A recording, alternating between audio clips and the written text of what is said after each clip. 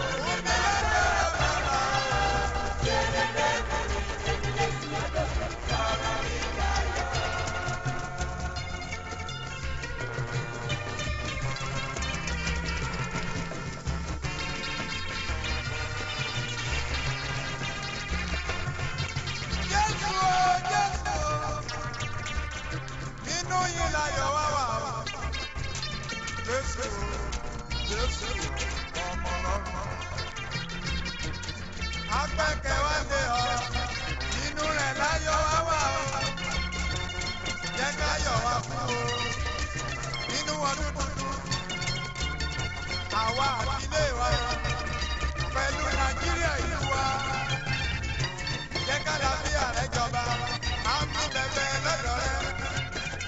Nínú rẹ̀ láyọ̀ wá gbé wà o, bàbá o. Láyọ̀ nínú ẹ̀jẹ̀ Jésù, tó bá mi là nínú ìṣòro, mo láyọ̀.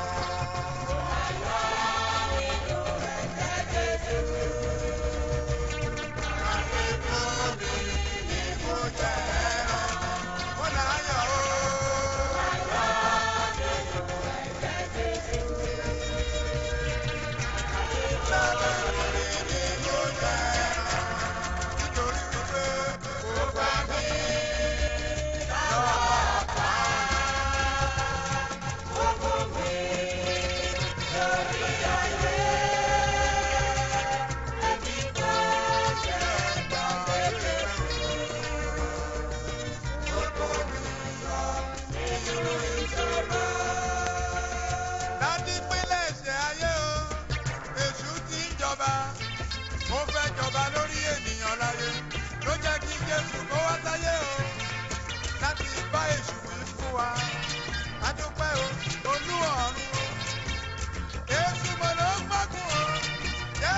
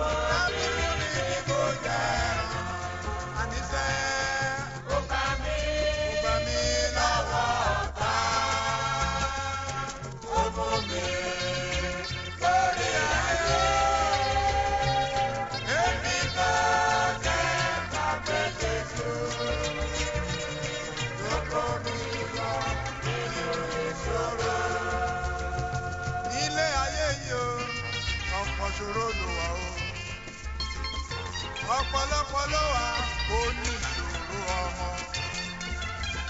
ọmọ ló wà ó ní ìṣòro owó, ọ̀pọ̀ ló wà láyé kò sí àlàáfíà rárá, ọ̀pọ̀ ló wà owó oúnjẹ kò rí jẹ, ọ̀pọ̀ ló wà láyé owó mímu kò rí mu, ọ̀pọ̀lọpọ̀ ló wà láyé tí kò rí lé gbé Olúwarun jọ̀wọ́ ilé ayé òkun ni, ṣùgbọ́n ẹni bá forí títí lọ́dẹ òpin òun náà là ó gbàlà, òun là lè pè ní aṣẹ́gun. Ẹni bá forí tí òbò wí, ẹni bá forí tí títí lọ́dẹ òpin òun náà là ó gbàlà, òun là lè pè ní aṣẹ́gun. Nítorí pé àrùn jagun nínú ara, òun náà lè ó lè jọjọ. Èyí tó mú ká lè mójú rí.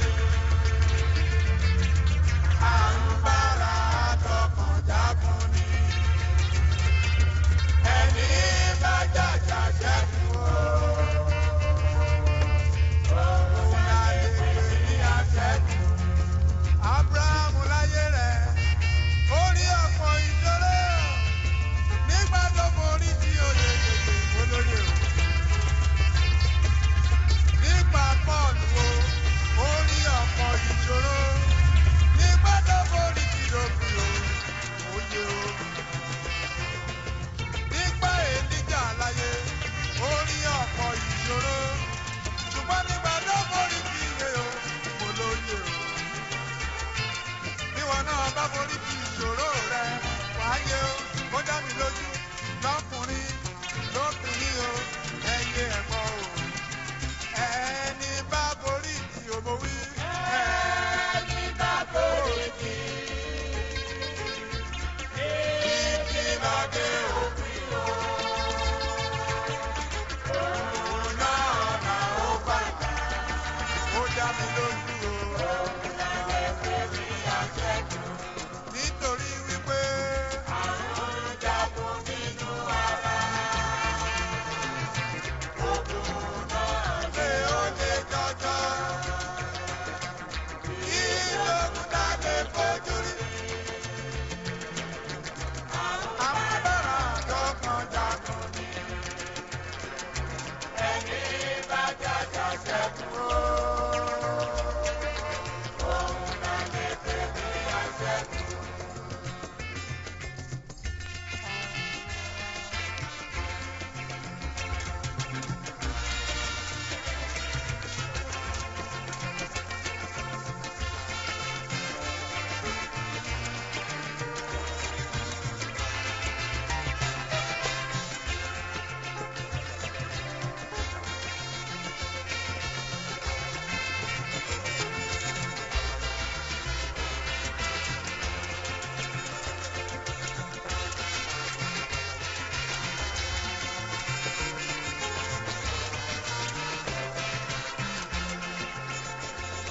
Olúwa mi, Ọlọ́run ọba mi, mo dúpẹ́ o, mo dúpẹ́ o, mo dúpẹ́ o, Ọlọ́run mi o.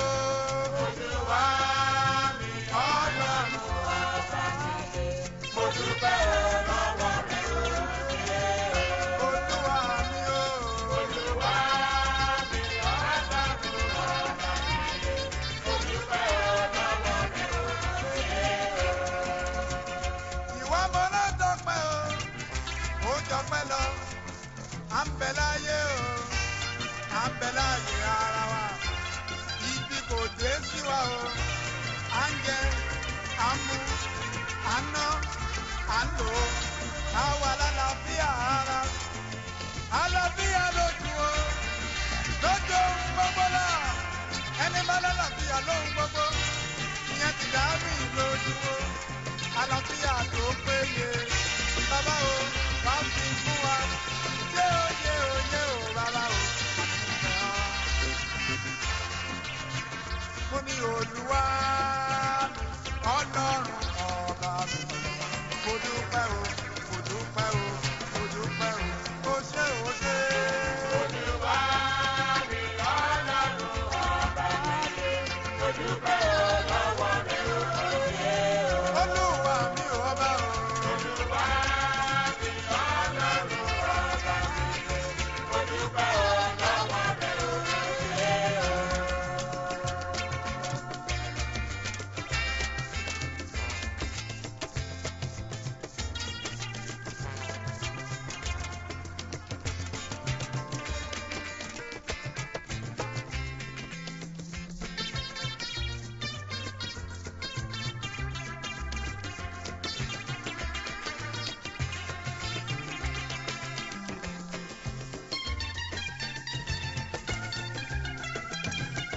Mo ti máa bọ́lú dáńdé mi ò bẹ́ẹ̀ láyé o mo wí.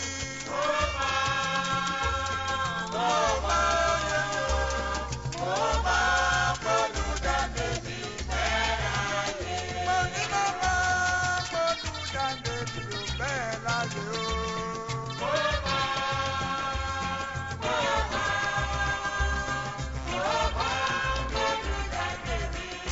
Ààbò rẹ̀ làwa ń fẹ́ o. Ààbò rẹ̀ là ń fẹ́ lórí Nàìjíríà. Ààbò rẹ̀ tó kún pọn tó yè kóró. Mẹ́ta lọ́kọ̀ ìjìnlẹ̀ ìgbé bàbò rẹ̀ kò wá ò láyé. Ẹni tẹ́ bá bọ̀ àbòbò ni wọ́n ló yọ nínú ewu. Gbé wa lékè ayé. Gbé wa lékè èṣù láyé o. Mo ní màmá bọ́lú dáńdé mi ò bẹ́ẹ̀ láyé o.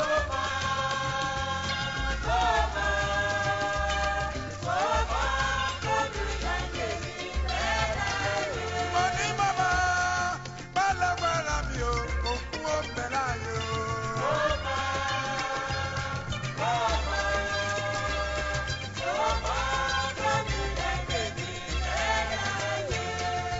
Àlàáfíà ni tèmi ó jẹ nínú ọdún yìí o bẹ́ẹ̀ lókun ọ̀run wí o. Àlàáfíà ni tèmi yóò jẹ́ nínú ọdún yìí o. Ọmọ má bẹ̀rù mọ́ o. Àlàáfíà ni tèmi yóò jẹ́ nínú ọdún yìí o. Gbogbo aláìsàn níbẹ̀ ní Nàìjíríà ẹ má bẹ̀rù mọ́. Àlàáfíà ni tèmi Gbogbo àrùn ẹ jẹ́wọ́ sókè kẹgbà rí ọmọ o. Ayọ̀ ní tiwa o. Àlàáfíà ni tèmi yóò jẹ́. A ò ní fojú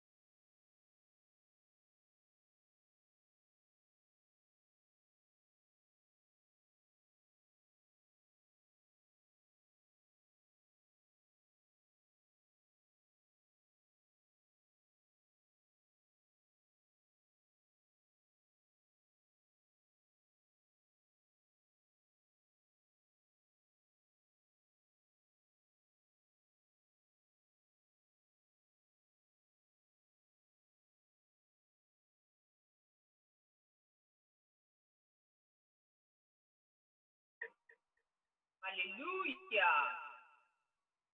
Hallelujah. Hallelujah. Hallelujah. Hallelujah.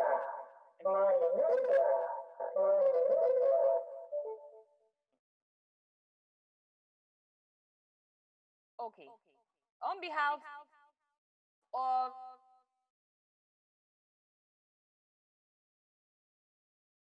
I want to welcome everyone to tonight's awaited Bible Character Clinic. Sincere apologies for very late. Our father had to attend to something and about our father. Once again, I want to welcome everyone to tonight's Bible Character Clinic. I call it much awaited because of the person or the character that we're looking at today. I remain your anchor, Sister Yomide Bolaji, and without further ado, I want to call on our fathers, as is our usual practice, to give us the opening prayer and the opening remarks. Thank you so much.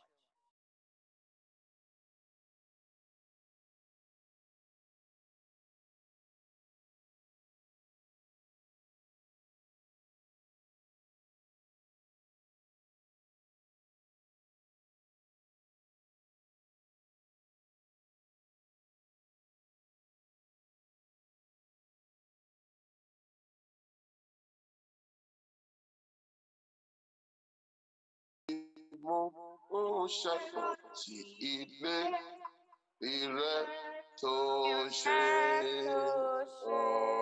àmì Jehovah Jésù Kristi Holy Michael mímọ́ jùlọ wá mí sí wa fi ìfẹ́ rẹ hàn wá tọ́ ìmọ́lẹ̀ rẹ fún wa kí òtítọ́ ẹ̀rí rẹ kó di mímọ̀ ká lè yọ̀ ní ẹ̀rí lórúkọ Jésù lọ́wọ́. Àdúrà tí Olúwa ọba wa ti ń bẹ ní kí a bọ̀ forúkọ rẹ̀ kí ìjọba rẹ̀ dé fẹ́ tí ẹni ká ṣe ètò ọbẹ̀ nìyí wọn ní ìjọ lónìí láàrin ẹ̀ṣọ́ tí a ti ń dá ìjà tó sọ wá fà á sí ilẹ̀ kíni alẹ́ ìgbésí torí ìjọba ṣùgbọ́n mo kíni láéláé méje fún Jésù. Hallelujah, hallelujah, hallelujah, hallelujah, hallelujah, hallelujah. Hallelujah. Hallelujah. Sorry for the late starting. It was due to the lecture we are having with the UK Youth Ministry. And I should say this, next week too, it will come like this. So maybe, no, by next week it will not be Monday. It will not be Monday. So don't worry. We are very sorry. And I am sure you will understand. Yes, truly, our God is great. And he does his things in order to manifest his greatness and glory. In that wise, we are coming to learn of another character, a very massive character, by the name Abimelech. Guess what? There are several Abimelechs in the Bible. My take here is I don't even know which one they are talking. Is it Abimelech the king? Abimelech of the judge? You see it. There are Abimelech like that. I should believe there should be Abimelech in quotes. I mean in parentheses. Which one? Because if you read Genesis chapter 20, you talk about Abimelech with David. You just talk about several ones. So, and I am sure we are not talking about all of them at a group. So when I saw the Abimelech, I said, which one is this one? But all the same, they have given the text to the clinicians. And I'm sure they have gone through, because of the time, the longevity of time that was given to the information was given to them, and they are prepared with information for us. But I tell you the truth, these people are the characters are, that name belongs to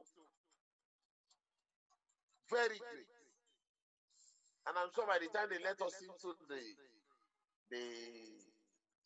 understanding of the character, we would all have a cue to learn of those figures. On this note, I welcome everyone. And I pray that our God will continue with us. Amen. In Jesus' name. Thank you, and God bless.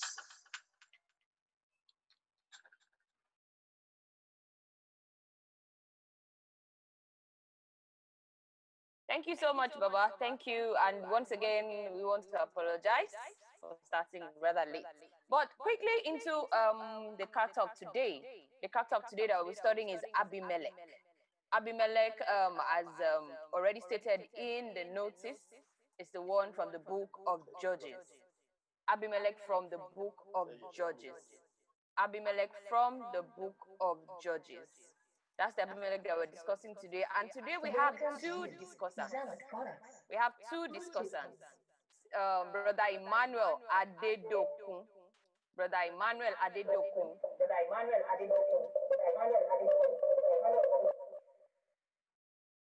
Emmanuel Adedokun. Brother Emmanuel Adedokun.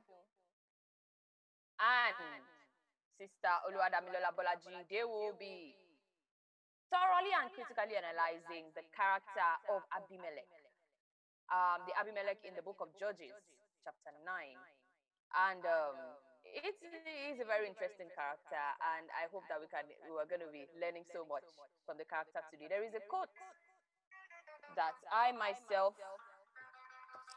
in the course of my research, put together that may aptly describe the character of Abimelech, the one that we are currently talking about.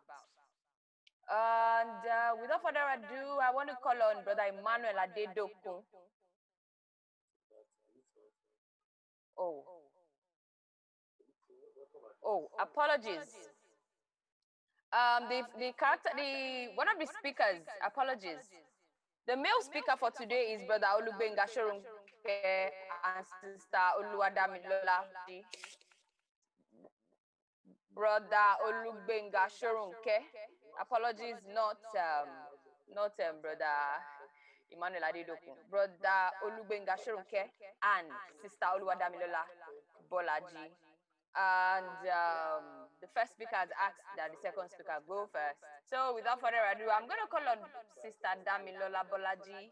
But just to, stress some things in this session. The character that we're looking at is one that is very pivotal and very central in the journey of the Israelites during the time of the judges in Israel. And we would really like the speakers to be explicit and deal with the character based on the criteria that was given to them, so that it would allow every one of us to follow and not be lost in the middle of the conversation. Avoid excess discussions that are not relevant to the character, and so that we all get the information in a very apt and concise way. Without further ado, I'm going to call on Sister Oluwadamilola Bolaji.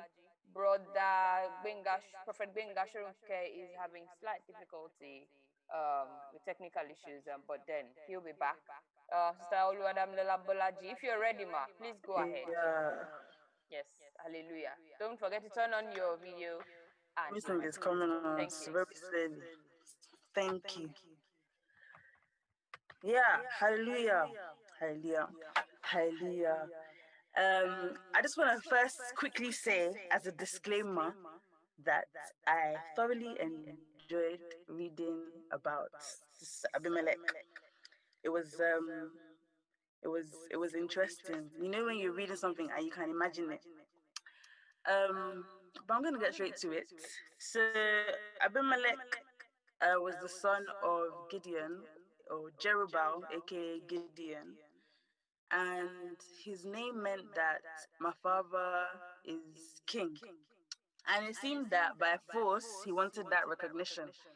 He was born to a concubine, so not one of Gideon's wives, which meant that he would have had a lower status in comparison to some of his brothers, as in the children of the wives would have had a greater status than he would have had. And I thought that perhaps he would have had inferiority complex and he was aiming to rule by force. He wanted to prove himself to other people, to everyone around, and in killing his brothers, there would be no one to challenge him. But I won't get straight onto that. One thing that I was discussing actually um, was Proverbs 1, verse 10 to 14. And I'm just going to quickly read that because there's no point in calling somebody to do it. Is where it says, "My son, if sinners entice thee, consent thou not. If they say, come with us, let us wait for blood. Let us lurk privily for the innocent without cause. Let us swallow them up alive, as the grave and whole, as those that go down into the pit. We shall find all precious substance, we shall fill our houses with spoil. Cast in thy lot among us, let us all have one purse." Um, I see the line of Abimelech there. He was able to entice his mother's people and even the people that followed him to kill his brothers. So it starts there for me. Um, I'm gonna go straight to his strengths. His strengths, one of his strengths that I say he has was that he was good at executing plans and he was very strategic. He knew his people well, he knew how to relate to them, and get them onto his side. Hence, they yielded to what he said. It was his mother's people he went to, not his father's, because he knew he wouldn't get them on board. So he has already seen that this is the best route to go through. He was quite subtle. You know, when a child wants something from their father and they can't get it, then they go to the mother. So, in a sense, he was a mommy's boy. And so, another demonstration of his strategic behavior was when he went to hire the vain persons, the vain and light persons, as we see in verse 4. Again, he knew what he was doing. Rather than disturbing himself to go and trying to convince people, he went to go and look for those that kind of had empty brains. They didn't know anything. They were ignorant. They just wanted money. And of course, people like that are quick to follow somebody. So he was very strategic. Another strength of his is that he was good in battle and he was confident in his skill. He would have been good at fighting because I want to believe that his father would have taught him and his brothers how to fight very well. An example of this is when he was in battle and Gal ran away from him. So he was confident in his ability. Another strength as well is that he was a good leader. So he trained those under him well. And he would have taught them also how to be tactful in war. The people that followed him, they were loyal, and you could see this in his officer, Zebu. And people were quick to follow him, as actually it says in verse 48 and 49. I'm not going to read it actually. Um, but I also believe that he wasn't the best leader because when he was ruling, should I say, he focused a lot on his personal gain. And that's why when he died, the people kind of just went on their own way. There was no legacy that he laid down. Everyone just did their own thing and nobody continued in his line. So I'm going to go straight to the weakness. Just one main weakness for me was that he didn't confirm that something was for him. We have people in the world that, by all means, they want to be on top. They are willing to do wicked things. They would just go through everything that they can to get what they want. That was Abimelech. He was able to persuade his mom's side to get him to get them to agree with him, and they did it because they were like, oh, this is our brother. And for me, it's the same base he was able to kind of come with to his family, to his mom's side.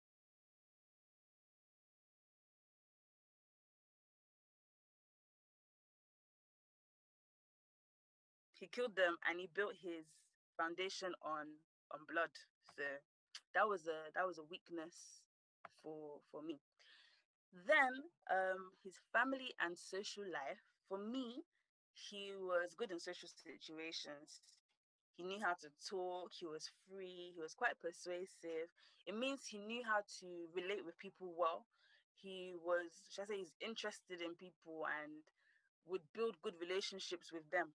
So, for example, when he went to talk to his family, he would have been talking, dropping hints, giving ideas to them, so that he's bringing them to come to his line of thinking slowly but surely. He probably would have been, saying that, oh, I remember when Jerubal was ruling, was it not good? We had one person over us. My mom, you don't remember when Jerubal was over us? It was a good thing. See how things worked well. It was only him, or, that kind of stuff. Um, then for him to now eventually just bring it and tell his mom that, don't you think that it would be better to have one person, or would you prefer that it's all the son? 70 people is not much. So for me, he was very good at relating with people, and I would say he was quite a sociable person. Um, Again, it was part of his nature to be strategic as well in his relationships and relating with people. Because even the way he spoke to his mom and the family then, it was quite cunning and strategic. Which leads me to his nature, which for me, um, he was a planner. He was very good at planning things out. Whatever he wants, he's gonna go for it. He was quite vain and conniving. He wanted to rule. So because he was a planner, he was willing to just plan. This is what I want. This is what it's gonna take. If I get rid of all my brothers, then there's nobody to challenge me. So let me just do that. He was determined. He was a determined person. So whatever he wanted, he would go for, which is a good thing. It's a good thing, but obviously it can become bad when we start to do things out of God. But that's to one side. Um, which leads me to the relationship with God, which I want to say was either non-existent or very far from active. He had 3 years where he could have repented, but instead he used those 3 years to continue building his kingdom. And at no point did he go back and ask God, oh, am I to be king? Oh, should I kill my brothers? This actually reminded me of David and Bathsheba when he wanted to be with her, and he sent the husband to the front line. That's what it reminded me of. So for me, the relationship with God was not active, or it was non-existent. And then one thing I wanted to just mention as well was, in some research they say that he killed his brothers on a rock because then the ancient people believed that when the blood of a murdered person is in the earth, then that blood can cry to heaven for revenge. Now, again, I said he was a very cunning person. He was good at planning. He knew what he wanted. He was strategic. He killed his brothers on a stone, because by research they're saying that if since he killed him on a stone, the blood wouldn't be absorbed by the earth, and then it wouldn't be able to cry out for revenge. So for me, that was like another sign of this guy is very good at planning, very very strategic. Um, But then in the end, if you think about it as well, he killed his brothers on stone and he met his death uh, with a stone, because the way he died was by the woman that threw the stone onto him.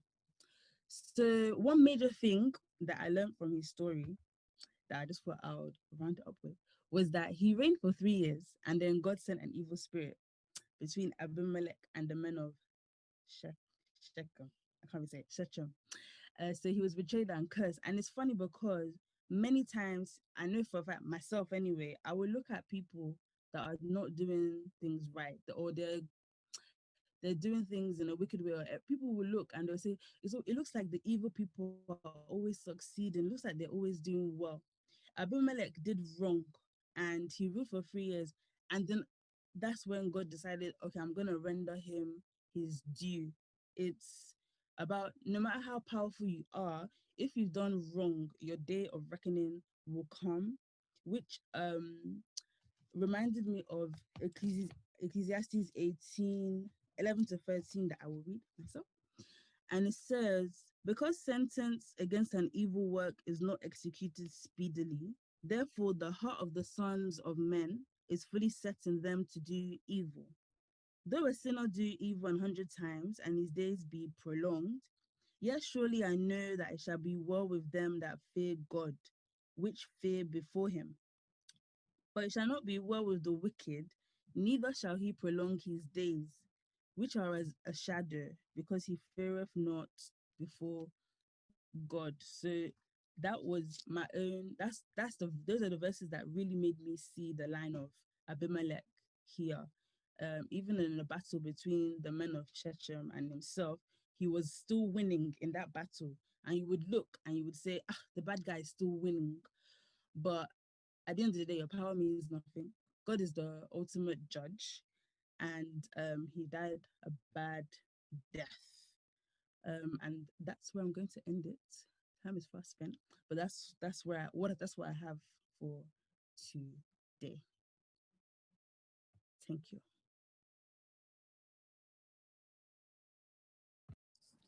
Quickly, Sister Dami, before you go.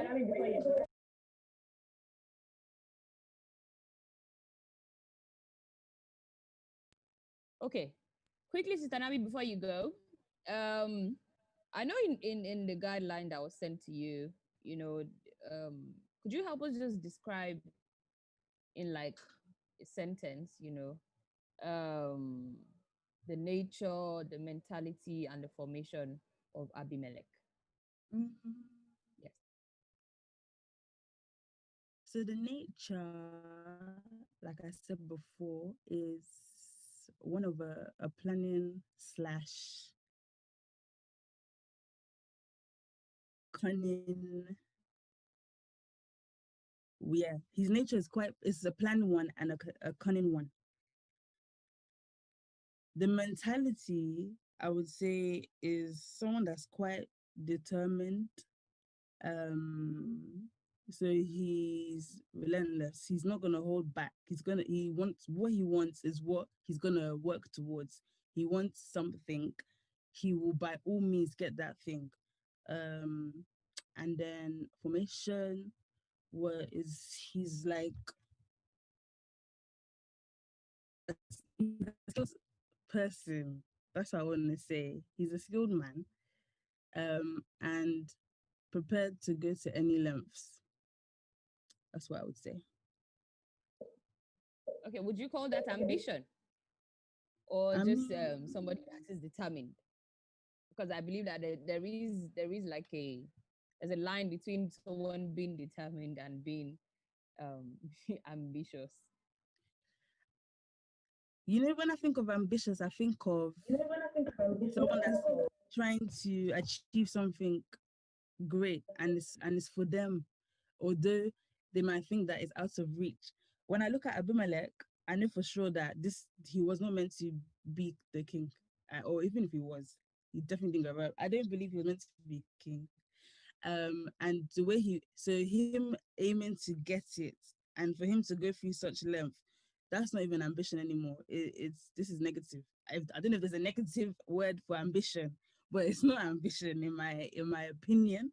It's it's his determination to get what is not even his. It's like an usurper. That's what it's like. Okay, the reason why I mentioned ambition is because you mentioned earlier that he came across, or should I say, being a child born by one of Gideon's maid servants. He had Mm-hmm. this inferiority complex, and I know people with inferiority complex are not determined people. That was why I Mm-hmm. mentioned issue of ambition. Maybe Mm, if I'm to you say, need to yeah, if I throw use more myself light as on an that. example, if I use myself as an example in life, I used to have inferiority complex for some stuff. Yeah. However, in different situations, I would, you would never know because I'm an extrovert as well.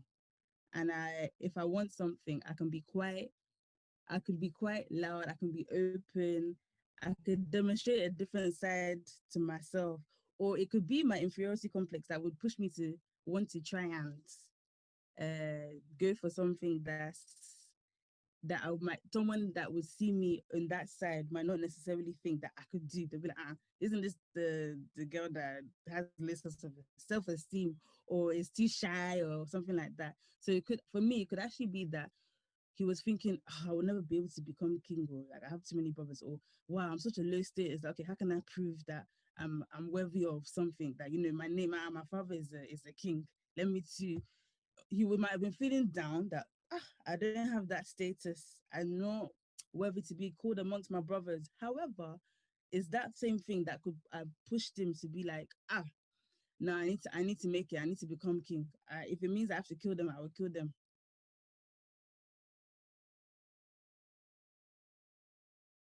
Oh, I guess you brought two things to the table already.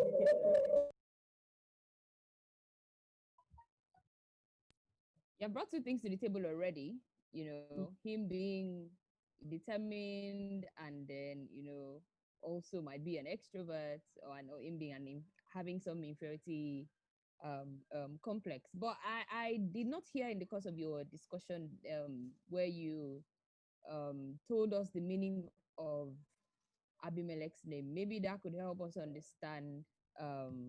Okay, maybe you could, sort of help us tailor the meaning of Abimelech and let us see if he actually worked in the purpose or fully in the meaning of his name.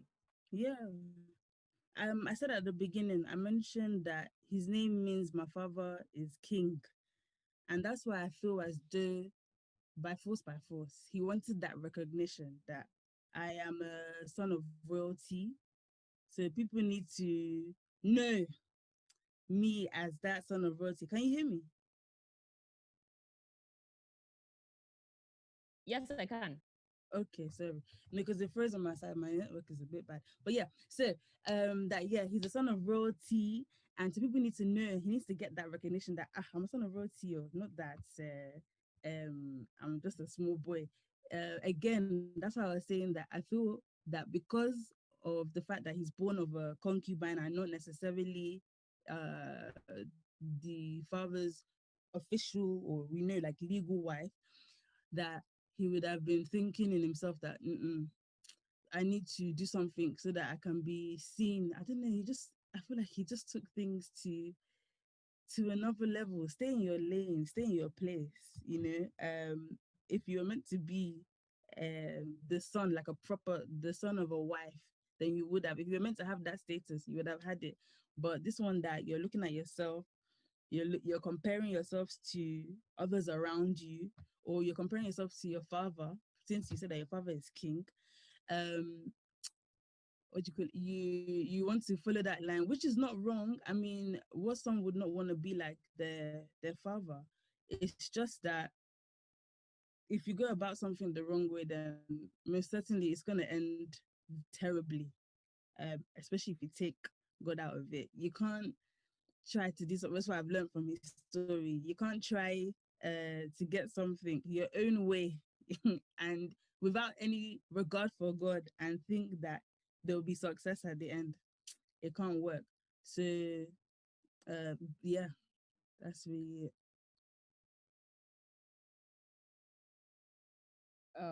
Okay.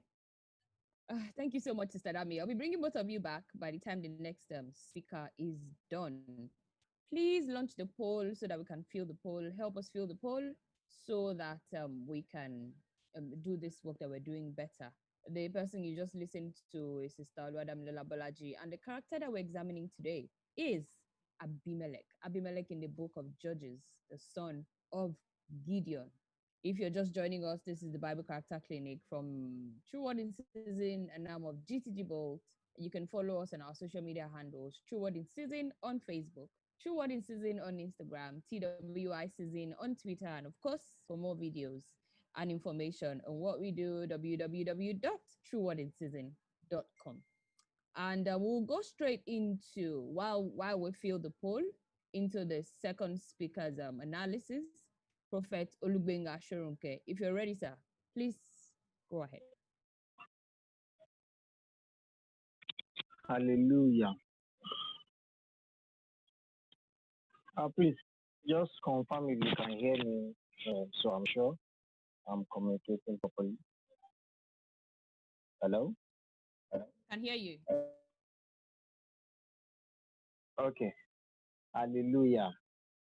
Uh, First of all, I would say a big thank you to Baba and the organizers of this character clinic. It's been a blessing to someone like me, and we pray that the grace to continue and not be tired will be given to all of us in Jesus' name. On a lighter note, I was thinking that the character clinic of today will be postponed till Thursday, which is my birthday. So I would have given everybody birthday cake, or I will owe everybody birthday cake. But we thank God that it has finally come. And I'll go straight to the analysis of Abimelech. Abimelech, as like the earlier speaker have said, the name means my father is king. Some other meaning says father of a king. Some other say father king.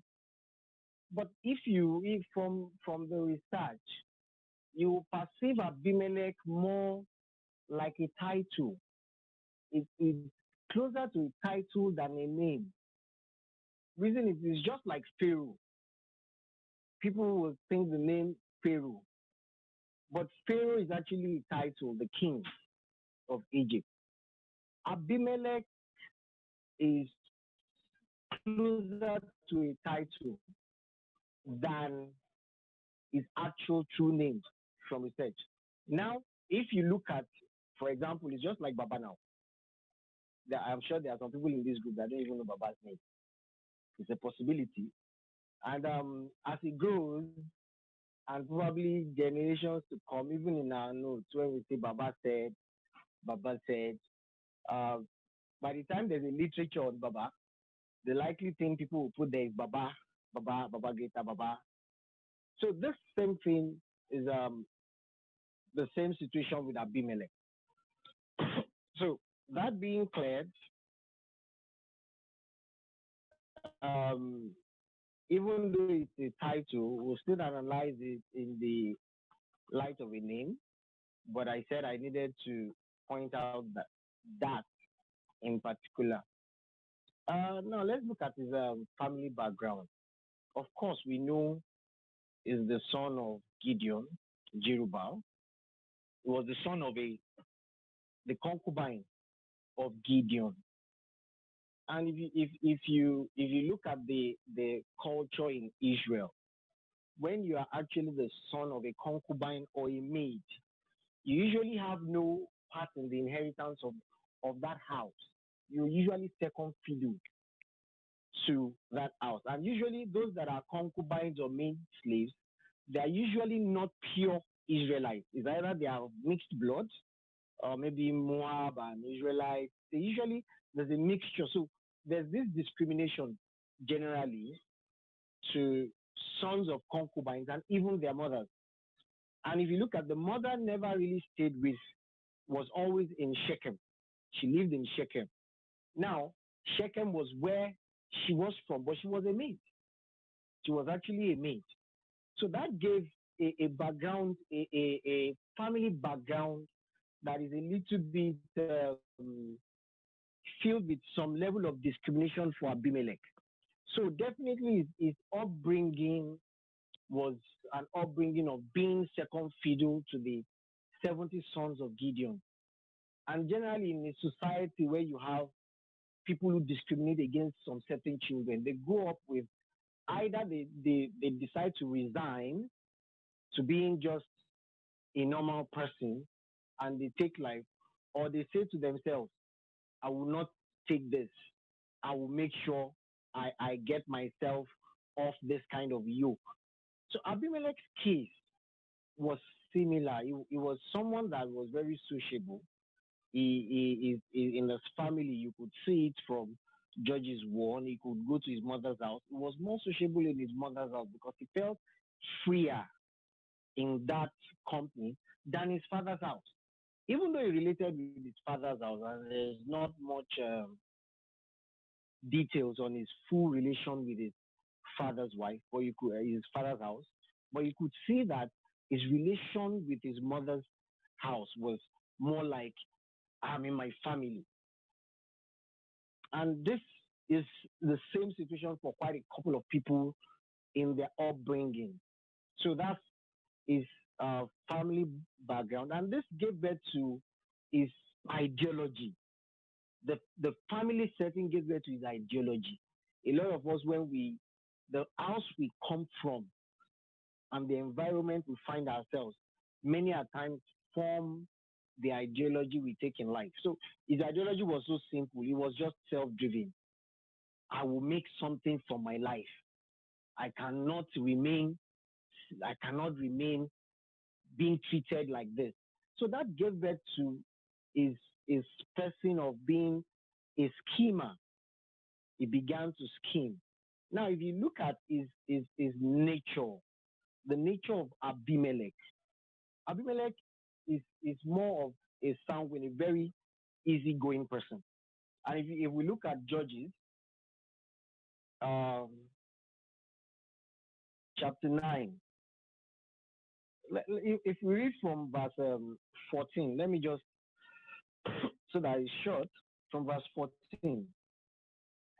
Then said all the trees unto the bramble, come thou and reign over us. And the bramble said unto the tree, if in truth ye anoint me king over you, then come and put your trust in my shadow. And if not, let fire come out of the bramble and devour the cedars of Lebanon. This particular verse sums up the life of the nature is life in a very concise way. Let's look at the bamboo is a tree, is a thorny tree. I want the trees that have this egun. I don't know if that pricks. Is a tree that pricks. So and if you go to research into the bamboo, most some bamboo trees actually give the kind of fruits they give are poisonous if ingested in some certain quantities. So this particular bramble describes the very nature of Abimelech. Is synonym is similar to a bamboo, someone who you approach for something or you want to relate with that would bite you. It will prick you if you take of his fruits. It will poison you. So this is a man that we can say is his nature is more of wickedness. Not that he designed himself like that, but from this, Jotham who said the adage, the what I put it, the expression, and gave the cause, was able to describe Abimelech. He knew Abimelech. Obviously, he has related with him and could describe his very nature and sum it up in a bamboo tree who is stunning. So, and if you look at Genesis 3:18, if you look at what God said when He said, "Thorns also and thistle," when He cursed the ground, "Thorns also and thistle shall He bring forth to thee, and thou shalt eat the herbs of the field." If you look at what Jesus even said in Luke, let's look at Luke 6 verses that should be 43. Excuse me. Luke 6:43. I will read. Are we there? Hello? Yes, please go ahead, Hello? sir. We are there. Now, Luke 6, verse 43 says, "For a good tree bringeth not forth corrupt fruit, neither doeth a corrupt tree bringeth forth good fruit. For every tree is known by his own fruit. For, for of thorns men do not gather figs, nor of the bramble bush gather they grapes." This is a comparison with the person, the nature of Abimelech. He was a bamboo tree that has thorns. So for every man that would come against him one way or the other will be pricked or poisoned. That's his nature. So I'll move on to the mentality of Abimelech. There's something they call nulli secundus. That was the motto of that's the motto of Baptist Boys High School. Nulli secundus. It means I am second to none. I must just be the head. I cannot be under anybody.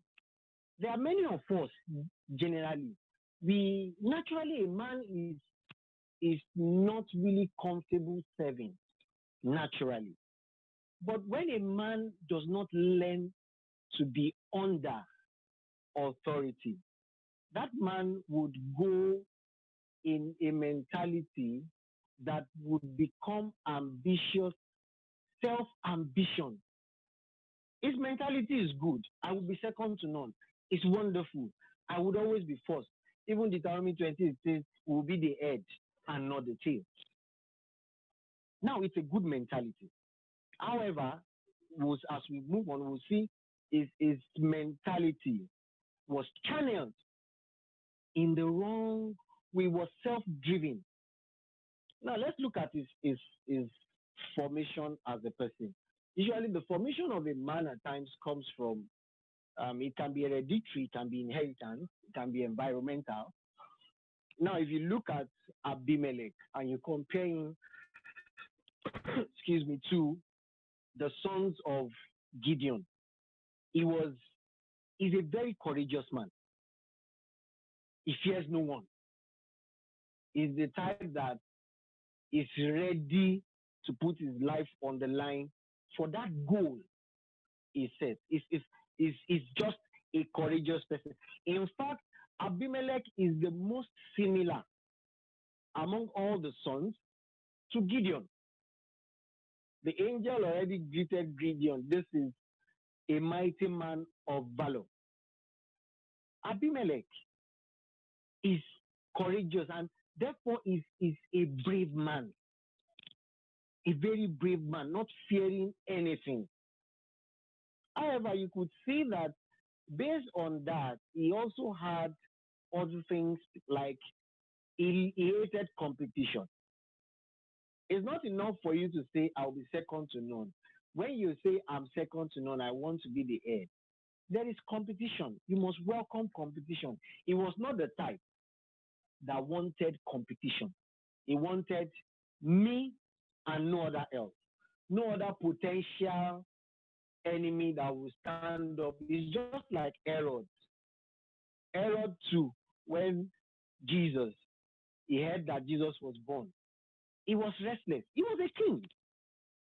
But because he wasn't ready to compete or anything, no, I can't accept this. There must be no other. that same type of that was the same type of mentality he had. So in just one word, this formation is a courageous and brave person in terms of his form. Now, I will go and talk about his relationship with man. I'm trying to arrange it. I'll do the strength and weakness later. His relationship with God and man. If we look at his Judges, we look at that verse, that chapter 9, verse 3. We would see that he went to the house. He went, okay, let me read verse 4. And they gave him 70 pieces of silver out of the house of Baalberry, wherewith Abimelech hired vain and light persons which followed him. Now, this Baalberry was a place of the worshipping of Baal. Shechem was a city that, if we remember Shechem as a city from the story of Diana, the daughter of Jacob, we will remember that our brothers, actually wiped all the men out. But you will see that they didn't wipe out the wives and the children. So there was a continuity of the blood of Ammon and Shechem. So the place of Shechem is a mixed multitude. There's a mixture of multitudes, a mixed blood. And they served Baal. And because he had no relationship with the God of his father, and based on, if we remember Gideon, when we treated Gideon and we're talking about he being a transgressor, he left Israel where he met them and they went a warring. Now, because of that, he became a snare to him. He was not able to teach his house. And the people like Abimelech, who were not with him, were continuously in Shechem, were corrupt already. They believed more in what they were doing. So he had no relationship with the God of his father. However, he had a relationship with Baal.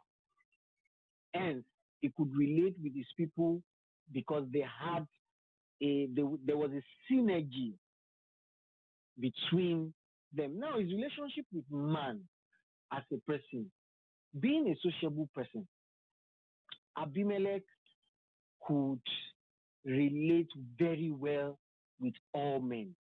However, he had, because he hated competition, whenever competition comes, that relationship is cut off with any man, no matter who that man is.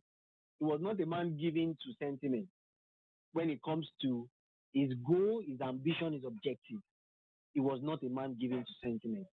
So if we look at that, we can say he didn't have much good relationship with God as the God of his father. Now let's look at his strength. Abimelech had, because of his courage. Courage is a strength also. He was a man that feared nothing. He was a very, very smart guy. Omaye is just like when we look at Omaye. If Omaye wants to enter you, he knows how to move small, and enter you stylishly. He was a very smart guy. He was not somebody you could cheat. He understood human psychology. Usually, if you look at children of the world, they always understand human psyche well. So they can predict, they study you, they know what you can do, they can predict your next move and all that. Now, he was a man also that could maximize the knowledge he had of people. Of course, he knew his mother's house, he knew his father's house. He knew that his father had been offered the position of rulership. He knew that. His father turned that down. But because he understood that the men of Shechem wanted a ruler, they didn't abandon that objective they had.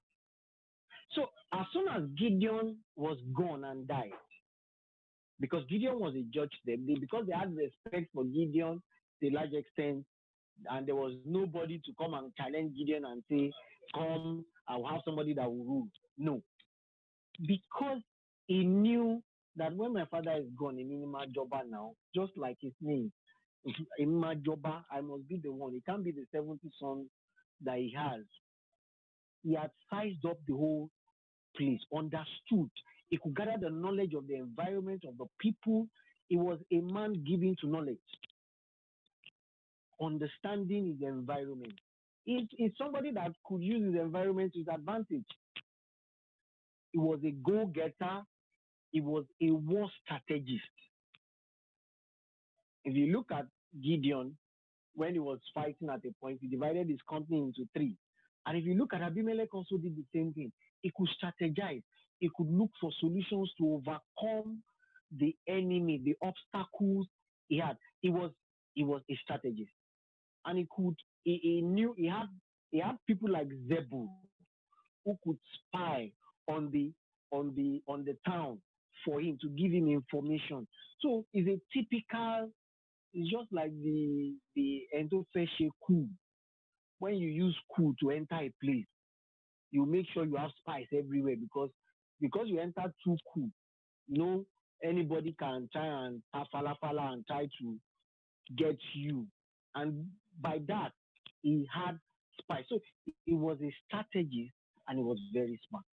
However, his smartness turned against him because being smart in the wrong thing at times can be detrimental, especially when no, don't let me use being smart. Let me use being scheming. When you are smart, it's just a step ahead to become a scheming person. Many of us is just like in the group in Celestial Church. Some of us we hide that mo fẹ́ close more or mo fẹ́ ah I want people to respect me. People they can scheme. You just see them, they are the most. It's just like in our workplaces at times. You see people who are the most hardworking.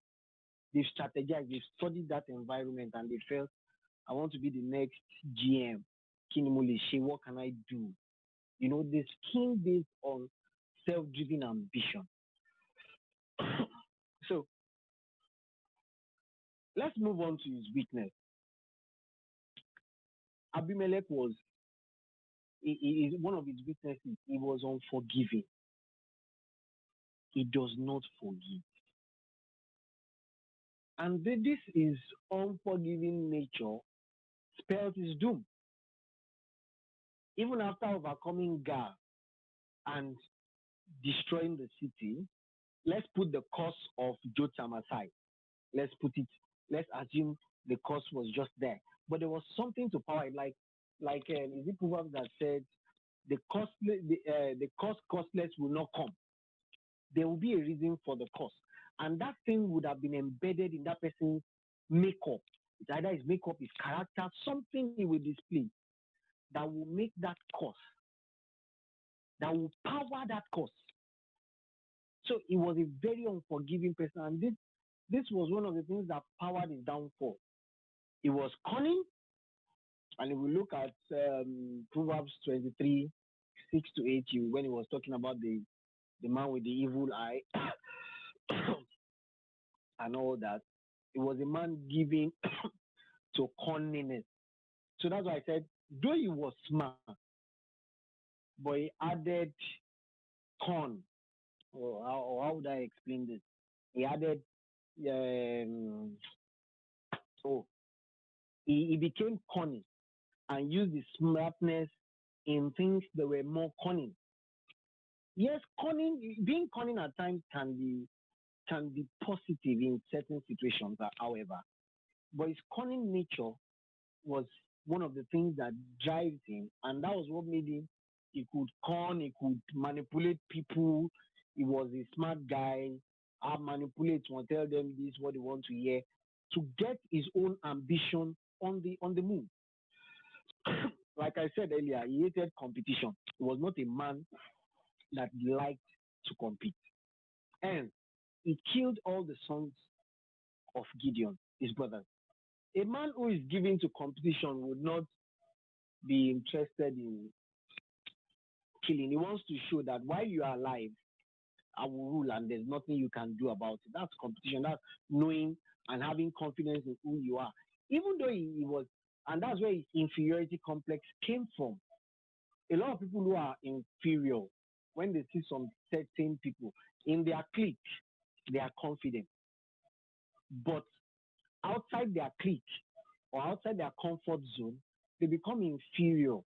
They are not able to display what they are made up of in such environment. They work in a in a corny way and all that.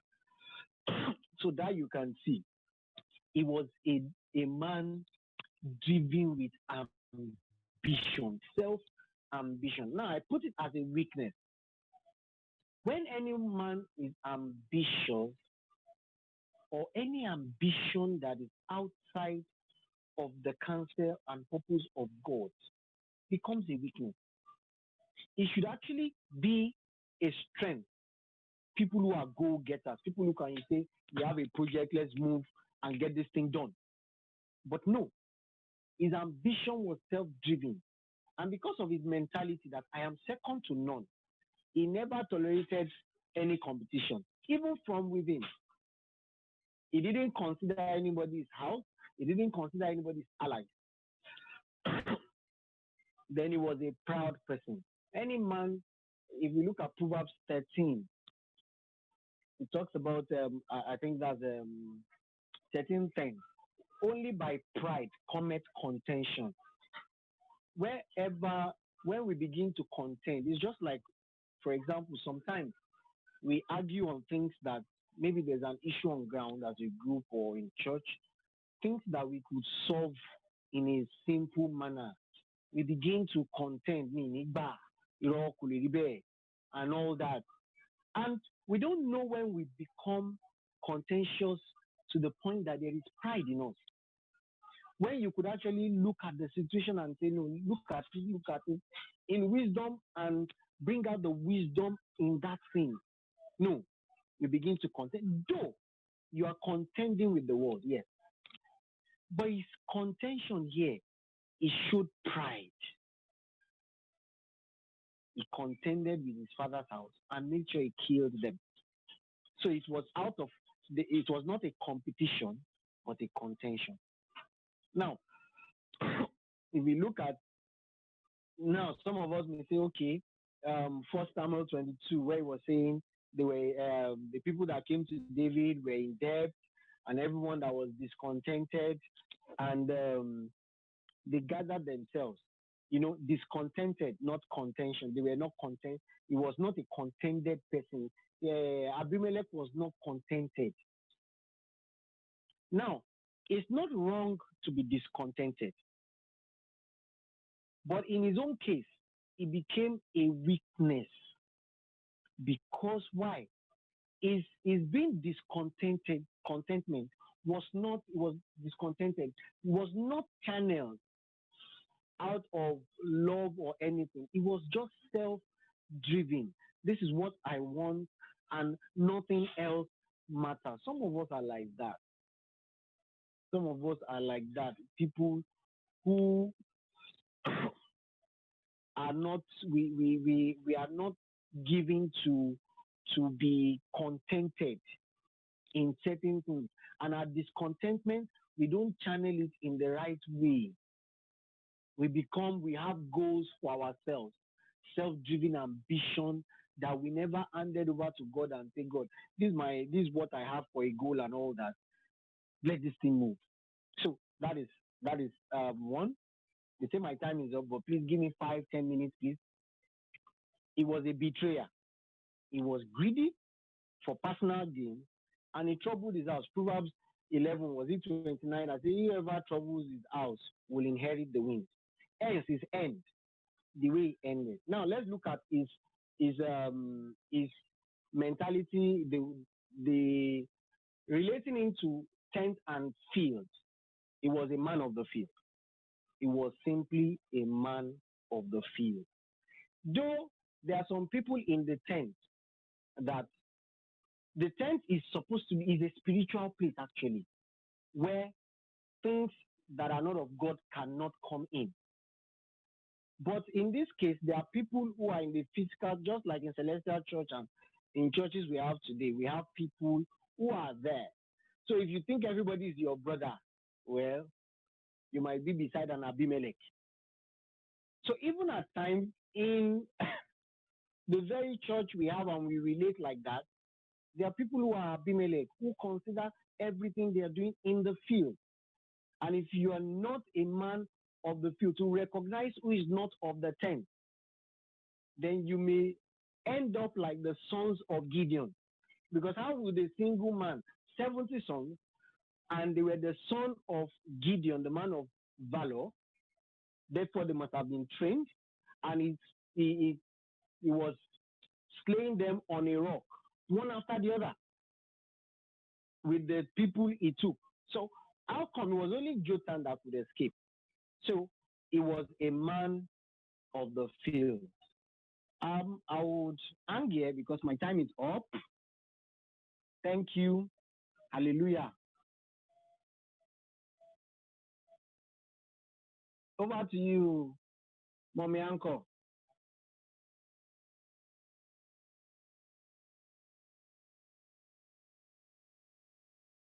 Hello. Hello.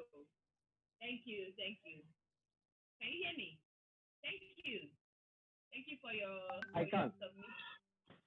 Thank you for the submission. But just before you go, you mentioned some points about um Abimelech.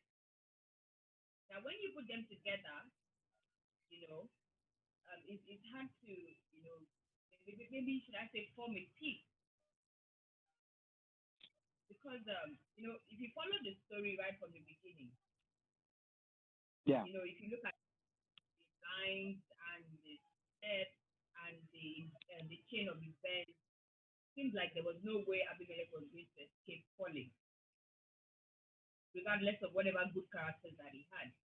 You mentioned that he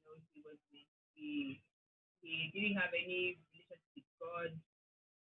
He when he was going to go collect money at the beginning from his mother's family side, it was from the Baalberry. Right from the beginning, he just sort of predicted his end. Like there's no one that would go against God or that would go against the will of God and would be kept alive. Sister Rami, if you're there, please turn on your microphone. Well, how would you just briefly explain this scenario based on some of the good things you mentioned about Abimelech? Considering that everything was tilting to his fall or his eventual end. Yes.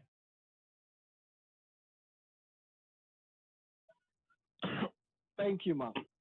Like I said, every man has a choice on how to channel their wonderful trait. If he was brave. That's why I said let's put aside the issue of the cause, because before the cause came, he had he had this ideology, he had his mentality, and he was a self-driven person. So when you look at that, in the whole scenario, he had the opportunity. Our son will say, "Kara kolemo." Nígbà tó ń bá ń ṣe ìdájọ́, he had a father who had knowledge of God. So he had opportunity to channel this strength in the right way, like most of us have the opportunity today. Now, he chose because of ambition that some of these things I may go get, I will get the things that I'm not giving.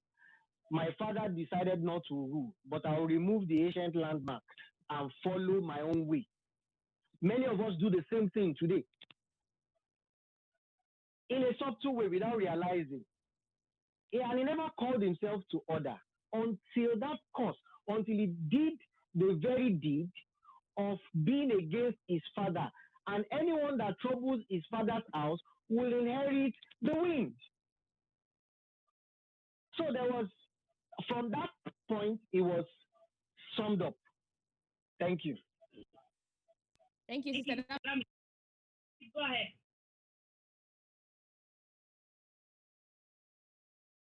You're gonna have to repeat that question because it was quite long, so I didn't grab. Oh, so how do I put it now? No, you know, in looking at everything that has been said by yourself and Professor Benga, it sort of looks like if Abimelech had done something, or if he had made good use of his good side, maybe he would not have ended up the way he ended up. Mm, Maybe if he had done differently, or maybe from the beginning he had been doomed to end that. Yes. What oh, that's interesting. I can't say that maybe if he had used his good side, he might not have ended up like that. For me, it's more of maybe if maybe Gideon had taught him about his God and he had gotten to know his God, then perhaps the story might have ended differently. Because for me, I think the major factor was that he had no relationship with God, so that it didn't help his person. However, true, he had great strengths that could have been used in a positive light. And I suppose, actually, on the other hand, it could have worked and he could have had a better ending. But I think for me, the ultimate factor is he didn't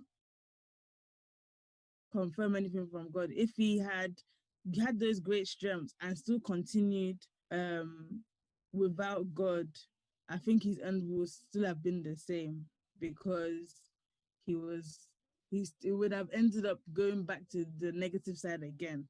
He's determined, which is a good thing for anybody that wants to achieve anything in life. You have to be determined. But if you're determined in the wrong I don't know, job, for example, then you're not really doing well. If you're determined in stealing from a bank and you do it successfully, that doesn't make stealing from a bank right just because you were determined. So for me, I think it's just the ultimate factor was just the fact that I had no relationship with God.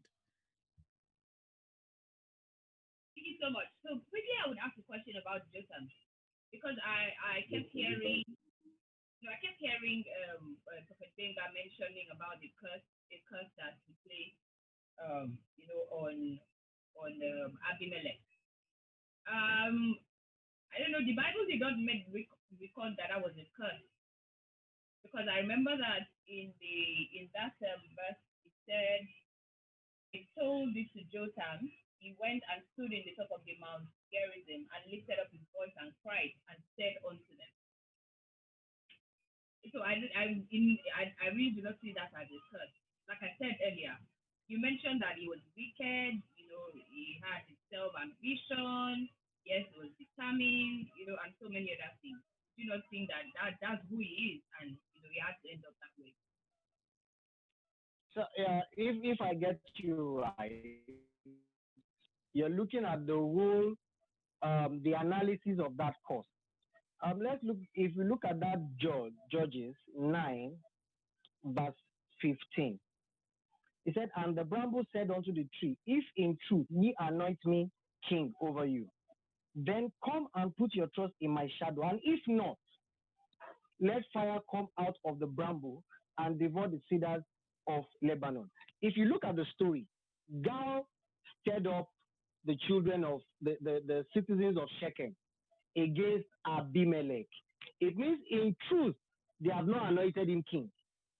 That's where that curse comes from. Henceforth, fire from Abimelech will come against Shechem. So the people of Shechem were to be consumed.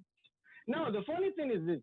If we go to Judges, that chapter 9, the last verse, it said, "And all the evil of the men of Shechem did God render upon their head, and upon them came the curse of Jotham, the son of Jerubbaal. So Abimelech was not actually the one that was directly cursed. It was the children of Shechem that was cursed, that Abimelech would wipe them out. But God being just, if you look at the 56, he said, thus God rendered the wickedness. Two things here. God rendering the wickedness of Abimelech and the curse of Jotham coming upon the citizens of Shechem. That's why I said Jotham analyzed Abimelech, the bamboo tree. If we do a research on bamboo tree, you will see when you won't take anything from it, it will pick you. Thank you. Okay. Sister Ami, do you have anything to say? No, I think my my brother has summed it up pretty much. That's why I didn't even mention Jotham, because for me, he said what he had to say. I actually believe that God used him at the time to just to give foresight into what would happen for those that might be looking at Abimelech and saying, "This guy, look at the evil he did, and nothing has happened to him. He's not being punished." But the brother was able to say, "Nope. If truly this person is king, then fine. But actually, if he's not, then we know what will happen, and we also what became of him. So, yeah. Quote, and to check with both of you, if this aptly describes the person of Abimelech. Great ambition is the passion of a great character. Those endowed with it may perform very good or bad acts. It all depends on the principles which direct them. Sorry, you were muted when you started. Sorry, can you start again? Okay. Great ambition is the passion of a great character. Those endowed with it may perform very good or bad acts. It all depends on the principles which direct them. Would you say that describes the person? Abimelech? Yeah, I think that it describes him to a very large extent, actually, because, yeah, great ambition. He had it, although I don't like using the word ambition personally, but fine. He had that great character. He had great strengths. I would say that. But it's all about the principles, and I would add the morals as well, because well, I guess they go hand in hand anyway. It's all about the principles and the morals, of which he had none. So if he had them, then definitely perhaps he would have been a different person. So I think it describes him to a very large extent, not completely, but yeah, to a very large extent. Okay. Prophet Vega? Well, that statement goes with the circular world actually, but I'll try and shorten it. Every self ambition driven towards greed for gain is negative. Is always negative. In God, we are taught that in God, the purpose of God. Yes, you should aim for good things, but once it is outside God, it becomes you are greedy for yourself. You're doing it for yourself. I want to become a president. Why? Why do I want to work towards it?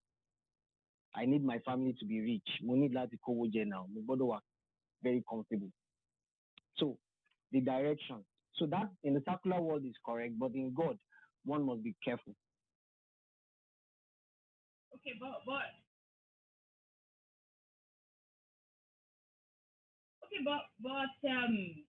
in no way was Abimelech, like, in your submission, someone given to God or someone that knew God.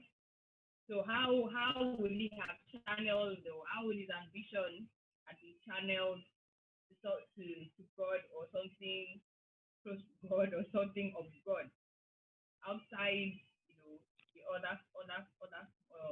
the other smaller gods, the Baalberries that he went to when he wanted to go collect them, some money. The- You, the- you, yeah, you know,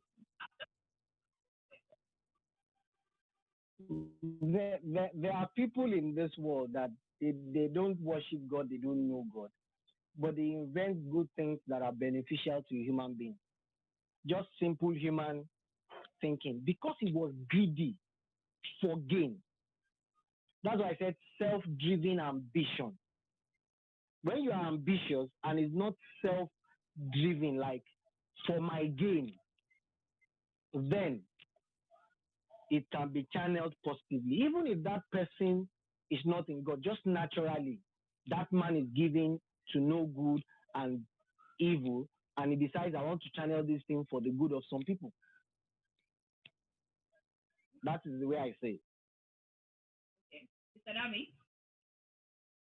Yeah, I agree. That's why I was saying that that quote from me describes him to a large extent, but not completely, because in my mind, as I've said quite a few times now, um, the major factor was that he just didn't have that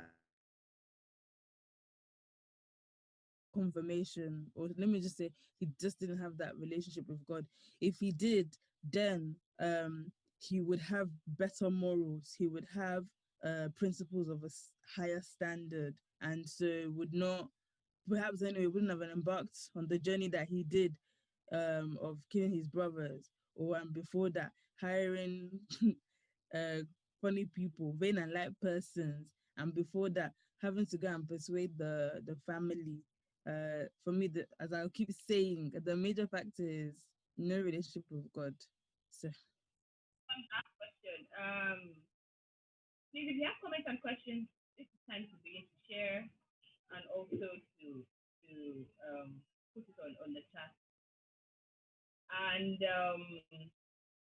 thank you so much, the speakers. Please, if you have not filled the poll, there's going to be a poll that will be shared right after our father finishes his own submission. Right about now, I want to pass the microphone to our father, Babani Baba, to tell us more about the character Abimelech. Thank you.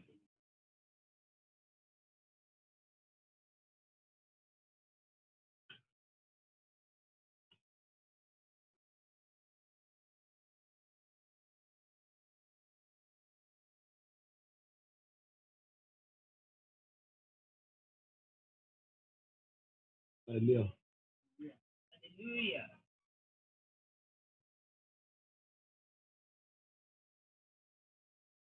I have this to say. You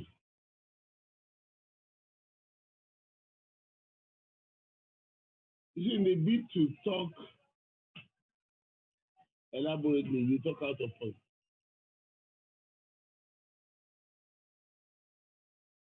Can anybody hear me? Yes, sir.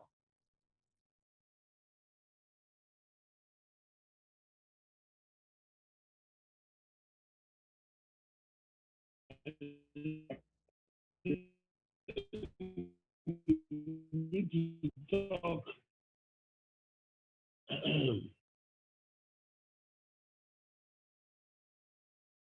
Abimelech by his name, my father is the king, shows an inferior or a complex driven nature.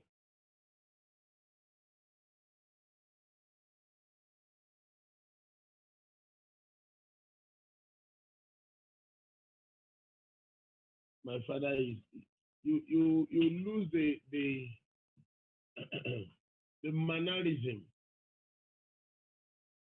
of acting. You see, you are coming from a very uh, direct way. I don't know what that means. If you cannot live by the principles or the way of your of the title on you, that name, my father is the king. It shows I am a prince. But wait, if you are a prince, you need to say my father is a king. So if somebody giving to a diverse or an inferior mentality, he cannot see himself in the lives of his brethren. His mentality, he has complex as a problem. Naturally, he is wicked. Whosoever is of that mentality, an inferior mentality, there is no prayer. Giving to God, giving to Satan, you produce the same thing. You are wicked. Man became, the thought of his heart became evil continually. Why? He was given to an inferior mentality. He lost his superiority. If your father is the king, show us the way of the prince. He was not determined. He was mean. That's the formation. He was mean.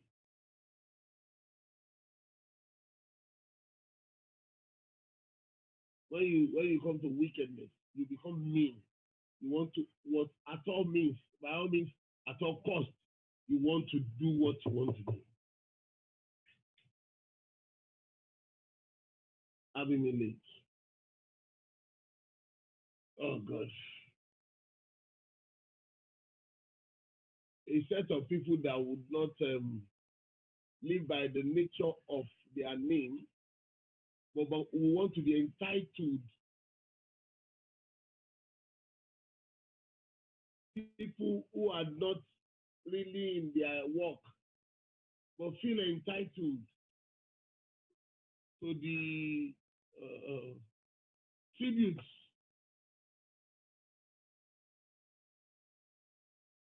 Of their post, their name, their office, whatever thing. You feel entitled. They say respect is reciprocal. You are not respectful, but you feel entitled to be respected. They say there is dignity in labor. You are too lazy, but you feel entitled to have the dignity, to be dignified. You don't even respect people here.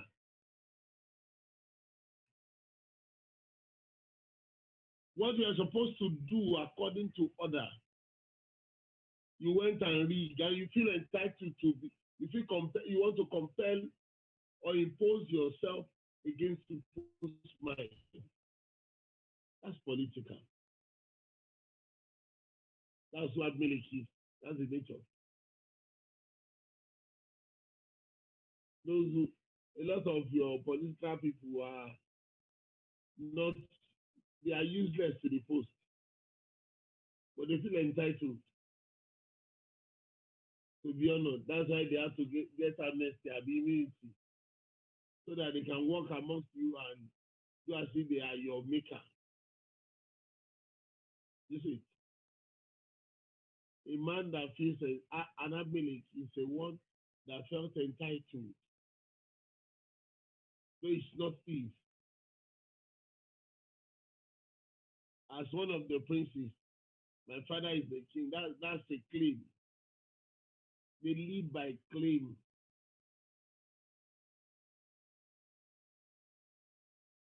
And that's the truth. Those who live by claims, they feel entitled.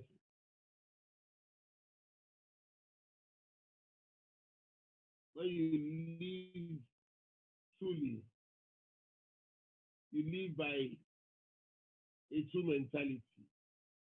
You live by other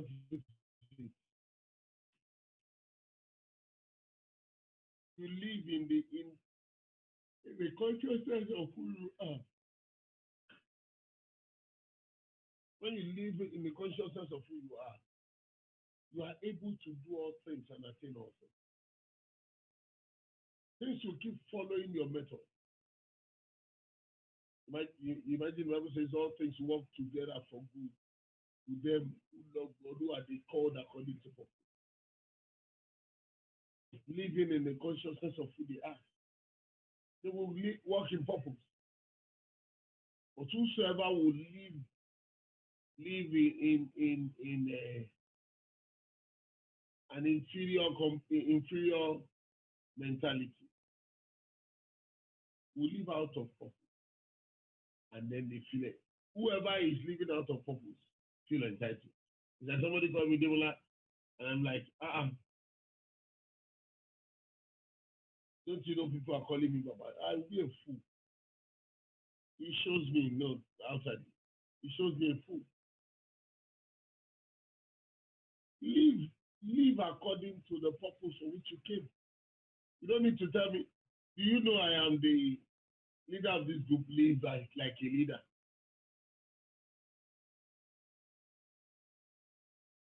You don't know that I am the wife of my husband.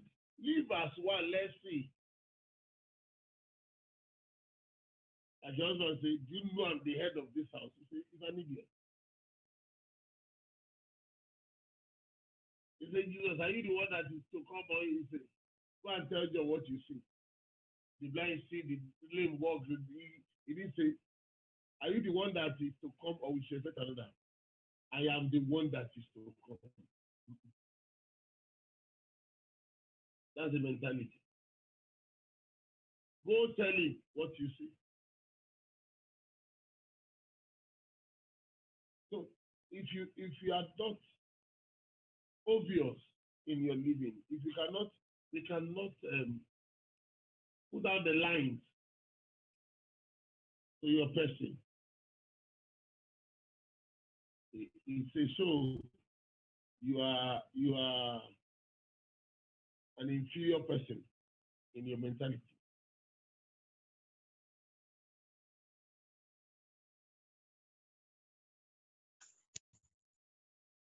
If you can see your way, and then we can draw the line to your person. We say this is who this person is. Like I said, the peculiar one would walk in the peculiar way.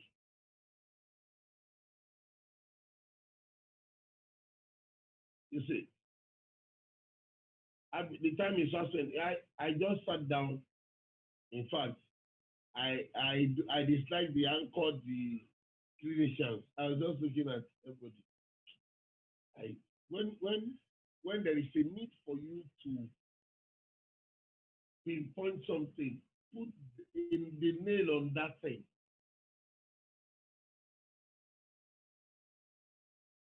You because they don't know the clinicians don't know what they are doing.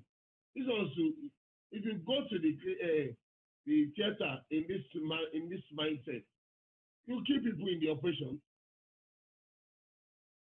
In fact, the people you are doing clinical work on, you are killing them. Because you have not given yourself to a thorough check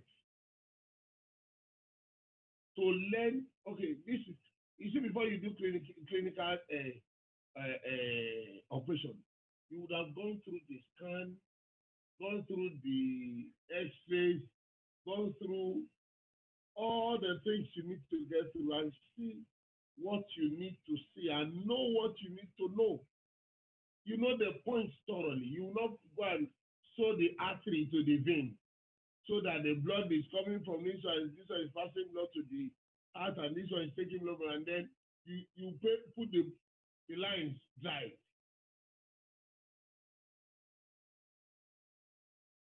You would understand. And when you understand, you will not talk too much. You will not be too lengthy.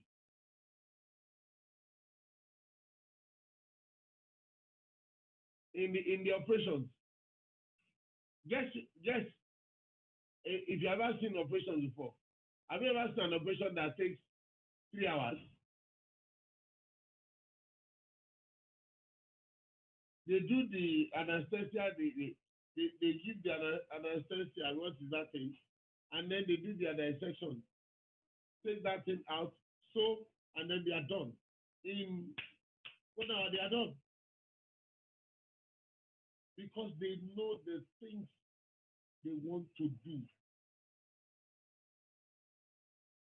I said in the last session till today, you don't know how to discern between the nature from the character, mentality, and the formation. This determination is nobody that is true is ambitious. No, no one that is true becomes ambitious. To be true, you can be determined.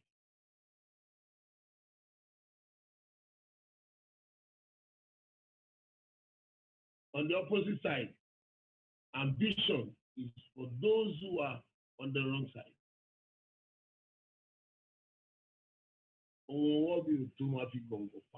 That's ambition.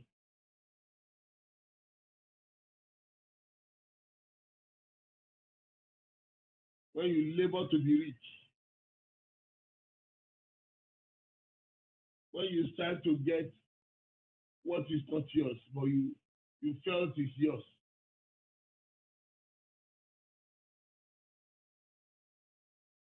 So take away ambition, just take no thought of tomorrow. Tomorrow will take care of itself.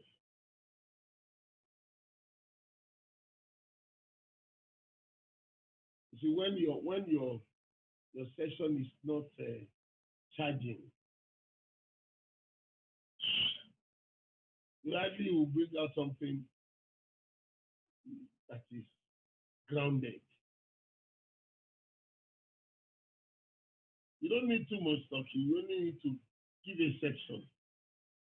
This is this, this is this, this is this. Abimelech, in the mentality, is an inferior person. For you to leverage on something without you, you are inferior.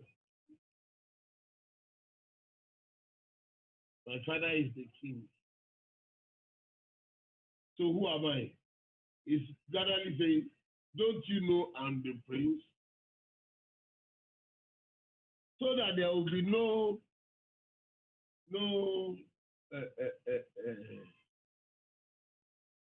joint how do I put that in?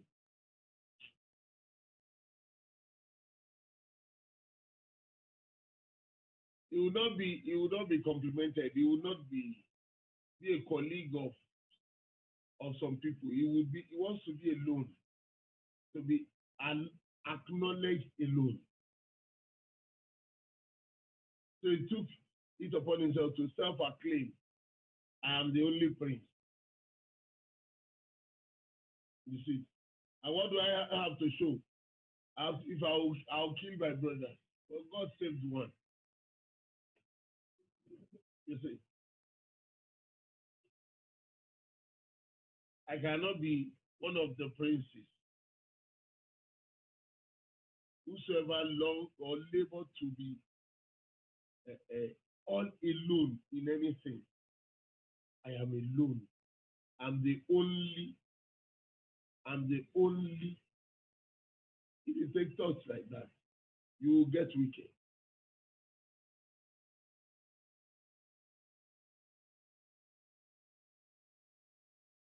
You can imagine, not one of the 70 brothers of his was thinking, I wish I was the only son. Only a bastard. Because it shows he is a bastard. Killing his brothers in order to show he's a prince. Who are you killing to show yourself in your walk with God, in your walk amongst men? Some of you like to backbite and blackmail people. And you see, that's political.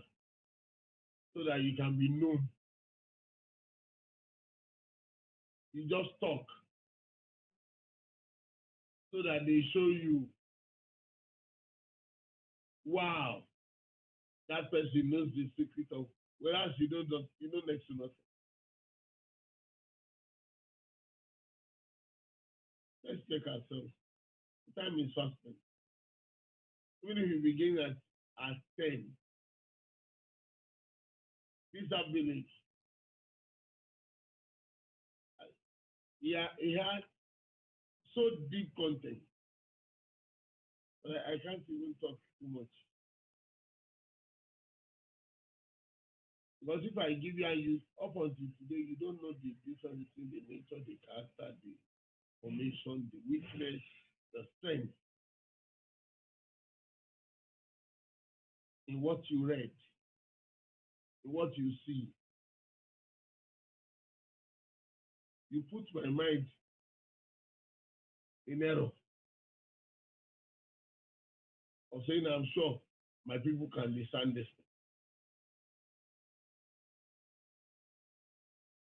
How can I be sure? And you are not showing yourself sure.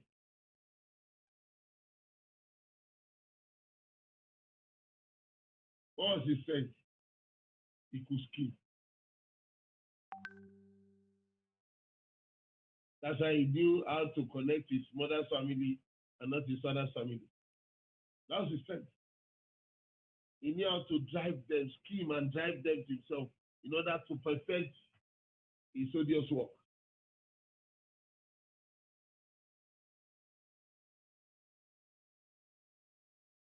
That's what he had.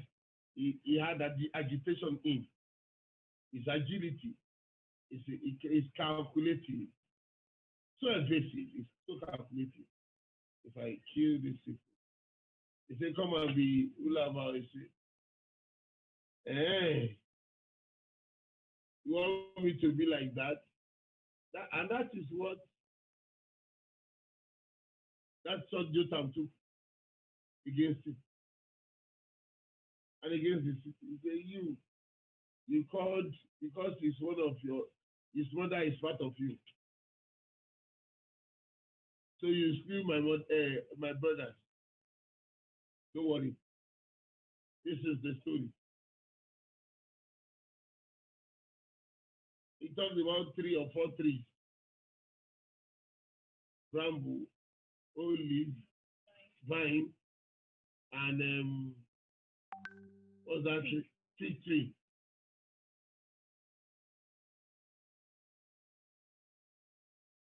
And Winga was saying it was bamboo.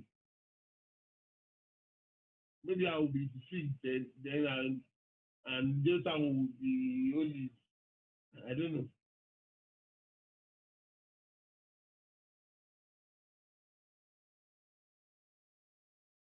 I can't get into those mysteries. The time is fasting. Because the bamboo, the olive, the fig, and the vine have purposes in Christ.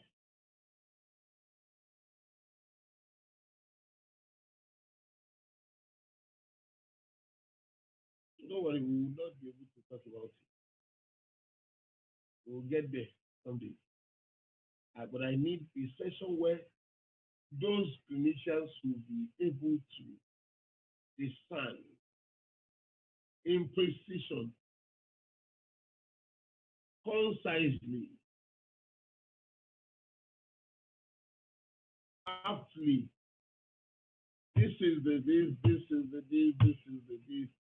Spell it out, and that's the way an operation takes place. So we know how to calculate. The one that wants to dissect will know how to calculate. It will not be something will not be appendix, and then you have to dissect from the mind, I mean from the temple, and then through the navel, so that you don't put your hand cross the intestine and come to you. That's dangerous. You know the place exact. As I said, talk about the strength, the weakness, the nature, the mentality, and the formation. So we know the point, and then we bring it out. God bless us.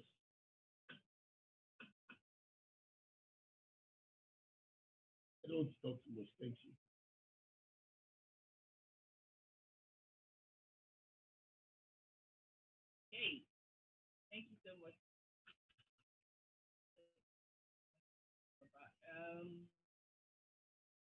The character we just examined is the character of Abimelech, and we had Samuel Abolaji and Zubin Ashunke do the thorough analysis. And without further ado, I want to thank everyone for joining in for this session. Don't forget the next session will be on the 24th of September 2020, and the character to be examined is Seth. The character to be examined on the 21st, which is next Thursday, is the character of Seth. And don't forget to share the link to family and friends. The poll has been displayed. Please fill the poll so that we can collect feedback on how we do it even better. For more information, please follow our social media handles, True Word in Season on Facebook, True Word in Season on Instagram, True TWI Season on Twitter, and of course www.truewordinseason.com. This Bible character clinic was brought to you by True Word in Season, and I'm of GCG both.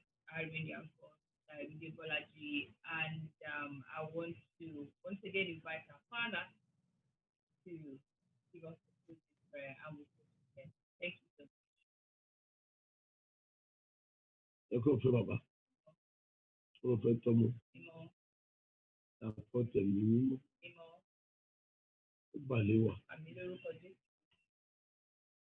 Omi ṣe wa, kò ṣe wá yẹ, kókó àmọ́ ṣe, ká lè ṣe rere, lórúkọ Jésù lọ́wọ́.